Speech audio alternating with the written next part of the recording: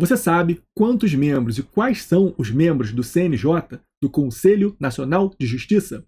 Pois é, essa e outras respostas a gente vai dar no vídeo de hoje, lendo a nossa Constituição Federal a partir do artigo 103b da Constituição. E aí, aqui é o Rei Li e vamos à nossa leitura da Constituição.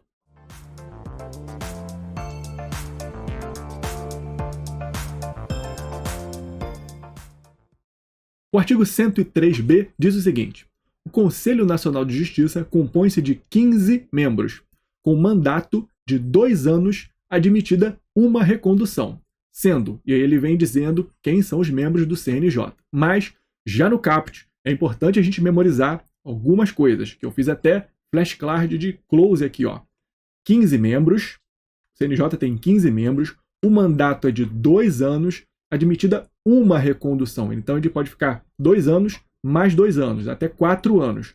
Mas esse é o mandato de 2 anos dos membros do CNJ, tá? Importante a gente memorizar isso aqui. Quem são os membros? 1.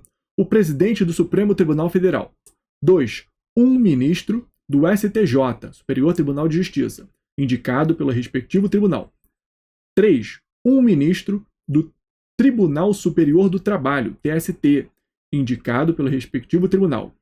4. Um desembargador do Tribunal de Justiça, indicado pelo Supremo Tribunal Federal.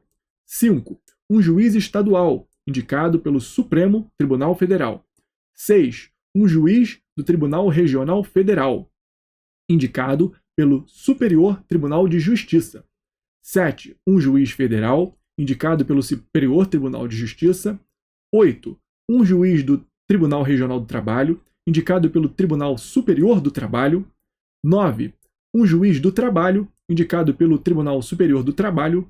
10. Um membro do Ministério Público da União, indicado pelo Procurador-Geral da República.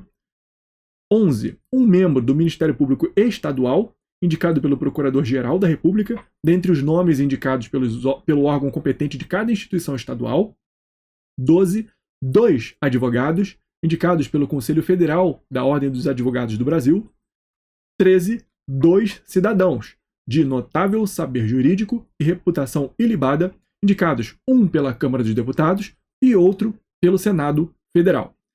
Importante a gente memorizar esse rol aqui, e o que pode confundir são o desembargador e o juiz do TJ e o desembargador e o juiz do TRF, porque eles são indicados por órgãos diferentes. O estadual, o juiz estadual e o desembargador do TJ, os dois da Justiça Comum Estadual, são indicados pelo STF. É o STF que indica os representantes da Justiça Comum Estadual. O juiz do TRF, que na verdade é o desembargador do TRF, né? E o juiz federal, eles são indicados pelo STJ, é o Superior Tribunal de Justiça, que indica os representantes da Justiça Federal, Esses dois podem confundir, então cuidado com esses dois. Os outros não. Os outros são das respectivas juízes, das justiças. Ó. O juiz do trabalho é indicado pelo TST, Tribunal Superior do Trabalho, é simples de memorizar. O juiz do Tribunal Regional do Trabalho, também pelo TST. Aqui, Ministério Público, indicado pelo PGR, Procurador-Geral da República, que é o chefe do Ministério Público. Então é simples de memorizar também. Então o restante é simples. O que pode confundir são esses juízes e desembargadores. Os federais são indicados pelo STJ e os estaduais da Justiça Comum Estadual são indicados pelo STF, tá? Beleza? Parágrafo 1º. O Conselho será presidido pelo presidente do Supremo Tribunal Federal e, nas suas ausências e impedimentos, pelo vice-presidente do Supremo Tribunal Federal. Então a gente já tem o presidente. O presidente não é eleito pelo CNJ, não. Ele já é uma pessoa específica. O presidente do Supremo vai ser o presidente do CNJ. Se ele não puder, se estiver ausente ou impedido, vai ser o vice-presidente do STF. Presidente do STF, vice-presidente do STF. Tá? Beleza? Vai ser o presidente. Ele não é indicado, ele não é nomeado por ninguém. Ele já é membro nato.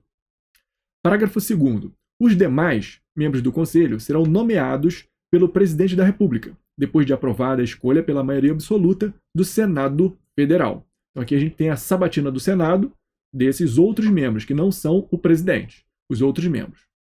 Parágrafo 3º.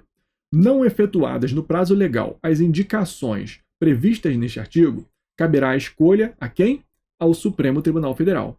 Então, se não houve nomeação do presidente, sabatina do Senado, o que acontece? O próprio Supremo Tribunal Federal escolhe o membro do CNJ. Parágrafo 4º. Compete ao Conselho o controle da atuação administrativa e financeira do Poder Judiciário e do cumprimento dos deveres funcionais dos juízes, cabendo-lhe, além de outras atribuições, de que lhe forem conferidas pelo Estatuto da Magistratura. Então aqui, quais são as competências do CNJ? Importante de memorizar. Atuação administrativa e financeira do Poder Judiciário. Não é a atuação funcional do Poder Judiciário, não, tá? Atuação administrativa e financeira do Poder Judiciário. E cumprimento de deveres funcionais dos juízes. Aqui, os deveres funcionais dos juízes não vai entrar no julgamento do mérito. Ou seja, o CNJ não é um órgão que julga processos, não vai julgar mérito de processos judiciais, não. Ele cuida da parte administrativa, financeira e do cumprimento de deveres funcionais. Beleza? Competências. 1. Zelar pela autonomia do Poder Judiciário e pelo cumprimento do Estatuto da Magistratura, podendo expedir atos regulamentares no âmbito de sua competência ou recomendar providência. Aqui é o poder regulamentar do CNJ. Ele pode expedir atos regulamentares, sim. Inciso 2. Zelar pela observância do artigo 37 e apreciar, de ofício ou mediante provocação, a legalidade dos atos administrativos praticados por membros ou órgãos do Poder Judiciário, podendo desconstituí-los, revê-los ou fixar prazo para que adotem as providências necessárias ao exato cumprimento da lei, sem prejuízo da competência do Tribunal de Contas da União. Então aqui a gente tem o CNJ como um defensor da função administrativa do Poder Judiciário. Artigo 37 a gente tem os princípios da administração pública, né? Legalidade, impessoalidade, publicidade, moralidade e eficiência. Então o CNJ é quem vai primar pelo cumprimento desses princípios no âmbito do Poder Judiciário. Inciso 3. Receber e conhecer das reclamações contra membros ou órgãos do Poder Judiciário, inclusive contra seus serviços auxiliares, serventias e órgãos prestadores de serviços notariais e de registro, que atuem por delegação do poder público ou oficializados, sem prejuízo da competência disciplinar e correicional dos tribunais, podendo avocar processos disciplinares em curso, determinar a remoção ou a disponibilidade e aplicar outras sanções administrativas, assegurada a ampla defesa.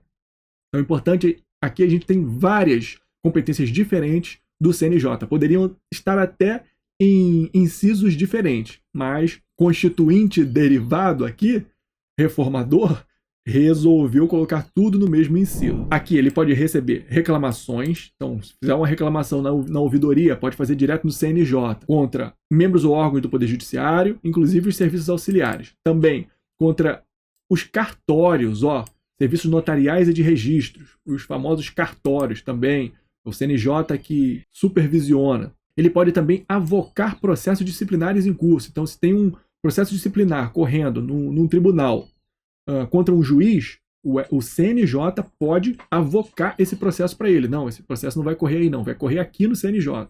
Pode determinar remoção de juízes, pode determinar disponibilidade também e outras sanções administrativas, assegurada ampla defesa. Beleza? Muitas competências diferentes. Inciso 4. Representar ao Ministério Público no caso de crime contra a administração pública e de abuso de autoridade. Então, ele também pode representar o Ministério Público. Rever, de ofício ou mediante provocação, os processos disciplinares de juízes e membros de tribunais julgados há menos de 1 ano. Importante a gente memorizar essa data aqui, que o CNJ pode rever processo disciplinar que já terminou, que já foi julgado pelos tribunais. Só que tem um prazo, 1 ano. Tem que estar julgado há menos de 1 ano. Beleza? Depois disso, decadência. 6. Elaborar semestralmente relatório estatístico sobre processos e sentenças prolatadas por unidade da Federação, dos diferentes órgãos do Poder Judiciário. Aqui importante a gente saber que esse relatório estatístico sobre processos e sentenças é semestral, não confundir com o relatório do inciso seguinte, que é anual. Elaborar relatório anual propondo as providências que julgar necessárias sobre a situação do Poder Judiciário no país e as atividades do Conselho, o qual deve integrar mensagem do presidente do Supremo Tribunal Federal a ser remetida ao Congresso Nacional, por ocasião da abertura da sessão legislativa. Então aqui a gente tem outro relatório, que é o relatório de providências que o CNJ julga necessárias. Esse relatório é anual. Por quê? Porque na abertura da sessão legislativa lá no Congresso, o STF vai enviar uma mensagem para o Congresso, dizendo o que ele precisa do Congresso para o Poder Judiciário. E esse relatório é anual. Parágrafo 5º. O ministro do Superior Tribunal de Justiça exercerá a função de ministro corregedor e ficará excluído da distribuição de processos no tribunal, competindo-lhe, além das atribuições que lhe forem conferidas pelo Estatuto da Magistratura, as seguintes. Então aqui a gente tem outro cargo que é separado. Tem o presidente do Supremo Tribunal Federal, que é o presidente do CNJ, e um dos ministros, o ministro do STJ, vai ser o ministro corregedor, tá? Ele não julga, ele é excluído da distribuição dos processos. Não vai julgar os processos do CNJ, ele fica excluído, ele é só corregedor. E as competências dele: 1. Receber as reclamações e denúncias de qualquer interessado relativas aos magistrados e aos serviços judiciários.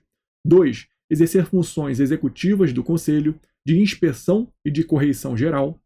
3. Requisitar e designar magistrados, delegando-lhes atribuições, e requisitar servidores de juízos ou tribunais, inclusive nos estados, Distrito Federal e territórios. Então essas são as competências do ministro corregedor, que é o ministro do STJ. Parágrafo 6º.